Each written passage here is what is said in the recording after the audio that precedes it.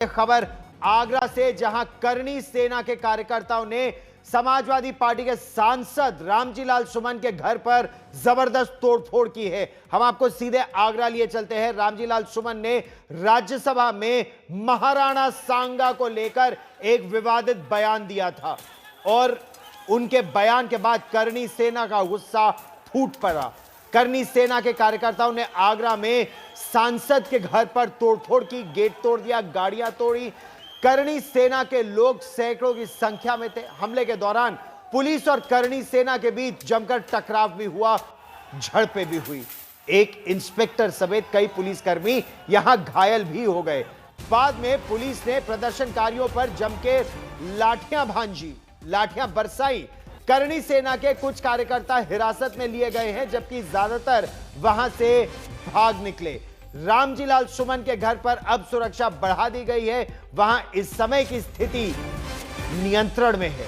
हम आपको सबसे पहले सुनवाते हैं कि राज्यसभा में रामजीलाल सुमन ने क्या कहा था महाराणा सांगा के बारे में, जिसके बाद आज करणी सेना के कार्यकर्ताओं ने उनके घर पर धावा बोला।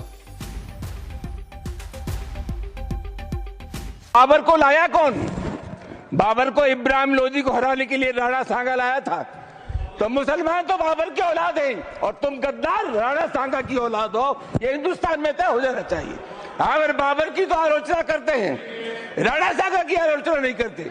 सभापति महोदय, और ये आप तस्वीरें देखिए किस तरह से गुस्सा करणी सेना के कार्यकर्ताओं का फूटा। ये उनकी गाड़ी है, समाजवादी पार्टी का झंडा आप इसमें देख रहे हैं। गाड़ी तोड़ी गई, शीशे तोड़े गए। न केवल उनकी गाड़ी बल्कि वहां कई गाड़ियां थी, उनमें तोड़फोड़ हुई। ये रामजीलाल सुमन का घर है आगरा में। सांसद महोदय के घर पर तोड़फोड़ की गई। शुरू में पुलिस कम संख्या में थी, लेकिन बाद में अतिरिक्त पुलिस में संभवतः शायद बाबर और लोदियों के बीच संघर्ष का फायदा उठाने की उम्मीद की थी।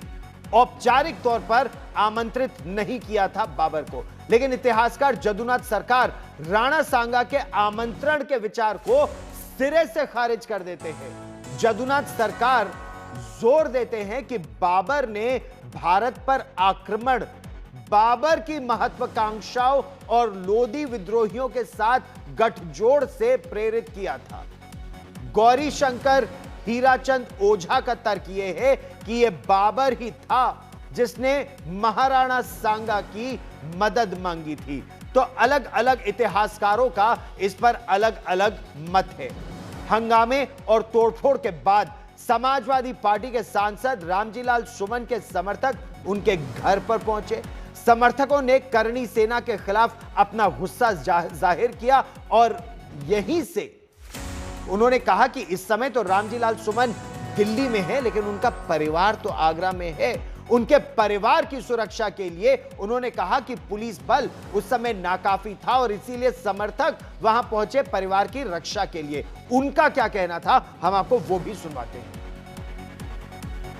मेरा कहना यह है कि कानून को समीक्षा करने दी जाए और इतिहास के पन्नों को न कुरेदा जाए, और वो सभी के लिए है।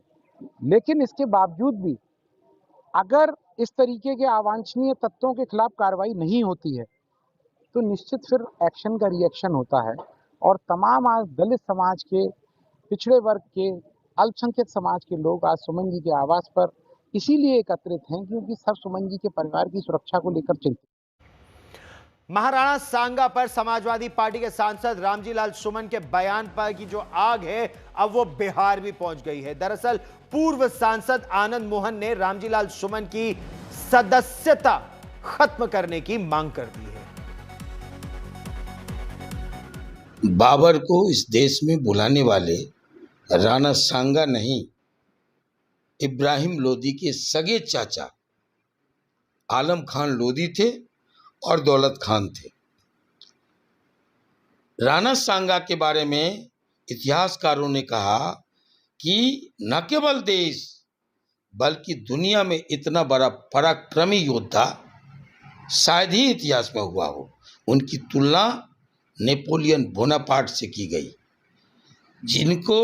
जिनके बारे में किसी कवि ने कहा 80 घाव लगे थे तन में, फिर भी व्यथा नहीं थी मन में। एक आंख एक हाथ एक पांव गंवाने के बाद उन्होंने दर्जनों जीत दर्ज की, और साधारण लोगों पर नहीं, गुजरात के सुल्तान को पराजित किया, खिलजी द्वितीय को पराजित किया, दो बार बियाना और खांडवा के मैदान में इब्राहिम लोदी को पराजित करके उनके बेटे को बंदी बना के मेवाड़ लाया। ऐसे थे राणा सांगा। और राणा सांगा के बारे में दूसरे एक कवि ने कहा, सेक रहा हो खड़े अश्व, रोटी नीचे कर भालों को, खोज रहा मेवाड़ आज फिर उन अल्हड़ मत वालों को। ऐसे महान पराक्रमी वीर शिरोमणि राष्ट्र नायक राणा सांगा के बारे में गद्दार कहने वाले को सभापति राज्यसभा को तुरंत एक्शन लेना चाहिए और उनकी मेमोरी खत्म करनी चाहिए जो इस तरह की भाषा का इस्तेमाल कर रहे हैं। महाराणा संग्राम सिंह, राणा सांगा, मतलब एक एक जख्म के बाद भी लगातार वो लड़ते रहे और यही मेवाड़ का वो वंश है जिन्होंने कभी मुगलों की दास्तां स्वीकार नहीं की। महाराणा प्रताप अपने बच्चों को घास की रोटी खिलाई लेकिन लड़ते रहे मुगलों से निरंतर अंत तक। इस वीरता को कम आंकने की साजिश आज के जमाने में भी हो रही है।